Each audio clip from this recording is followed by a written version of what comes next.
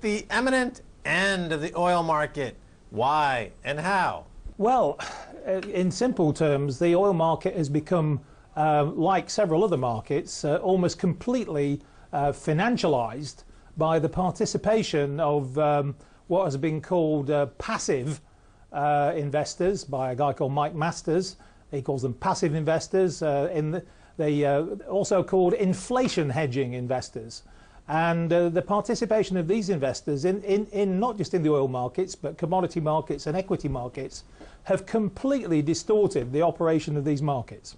Right. Okay, you talk about the financialization of these markets. It's a curious term, the word passive, because as Warren Buffett calls it, these are weapons of mass destruction, financial destruction. So there's a very aggressive destabilization going on to make a very few people on Wall Street in the city of London exorbitantly rich while destroying the underlying fabric of these economies. But is it safe to say that the connection between the price that you see, the paper price, has absolutely nothing to do with the real price of the real stuff? I think what has happened is that the price of the physical, the actual stuff that we use that gets refined and into gasoline and then we drive around using it, has become inflated.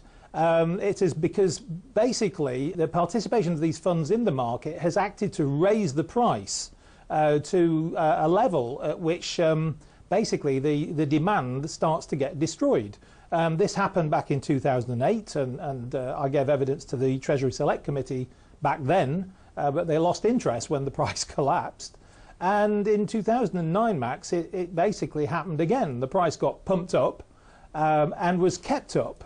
And you see, what is being missed here is that we're not talking about speculation. We're not talking about people taking a risk so that they can get a transaction profit.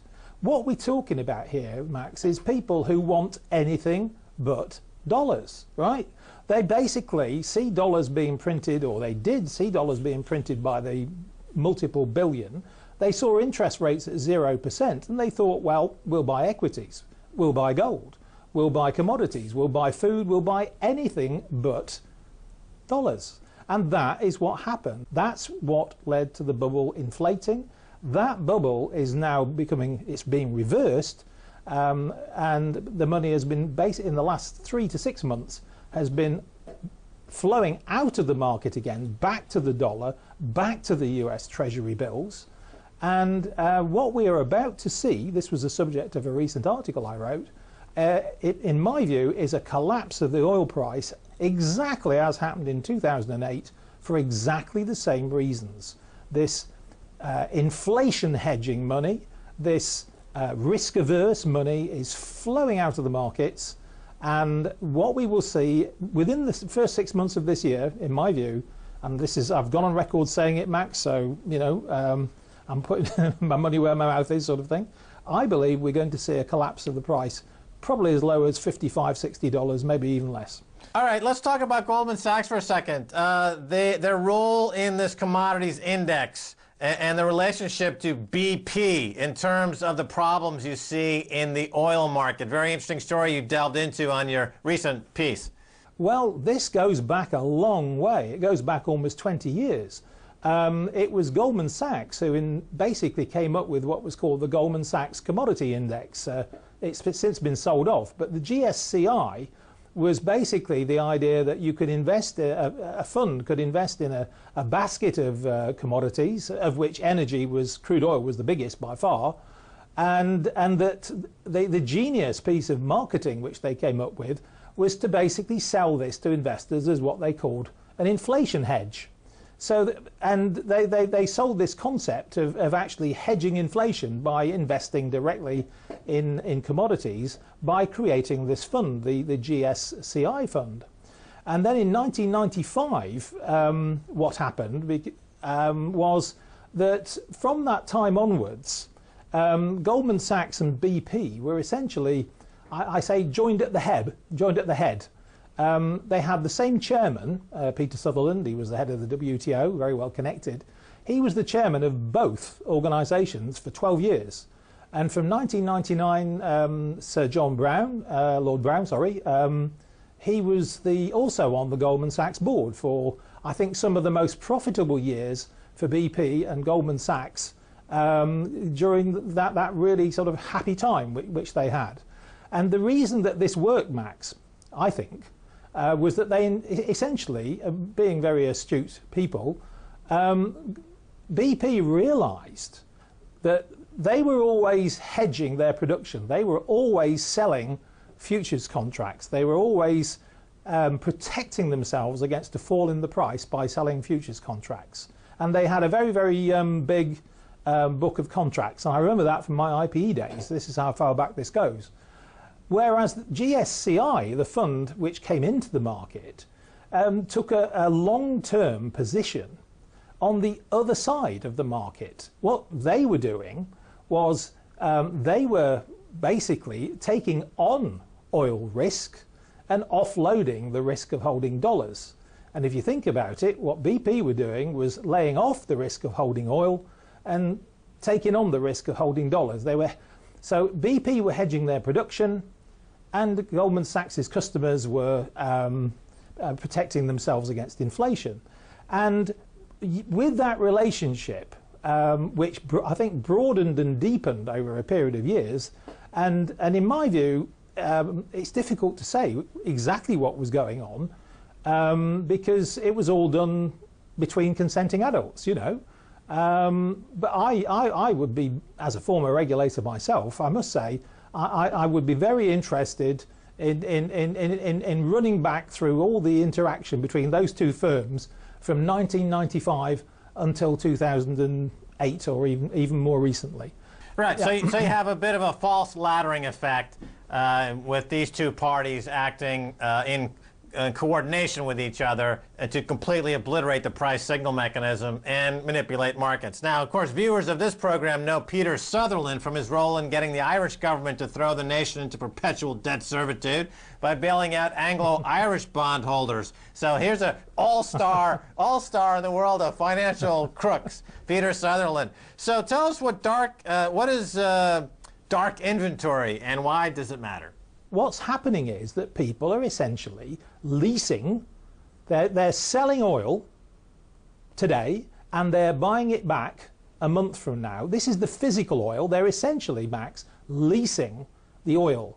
And they're not doing it on exchange. They're doing it between consenting adults completely opaquely. What's happening is, essentially, some of the inventory that producers have, and it could be BP, it could be almost anybody, it could be the Saudis, it could be many producers. No one knows exactly who it is, but it is definitely going on. The only people transparent in this are essentially Shell, who have entered transparently into a relationship with ETF securities to essentially lease their oil and give price exposure, the oil price exposure, to the customer.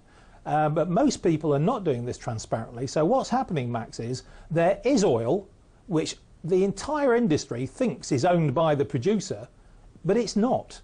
It's been sold already to somebody else.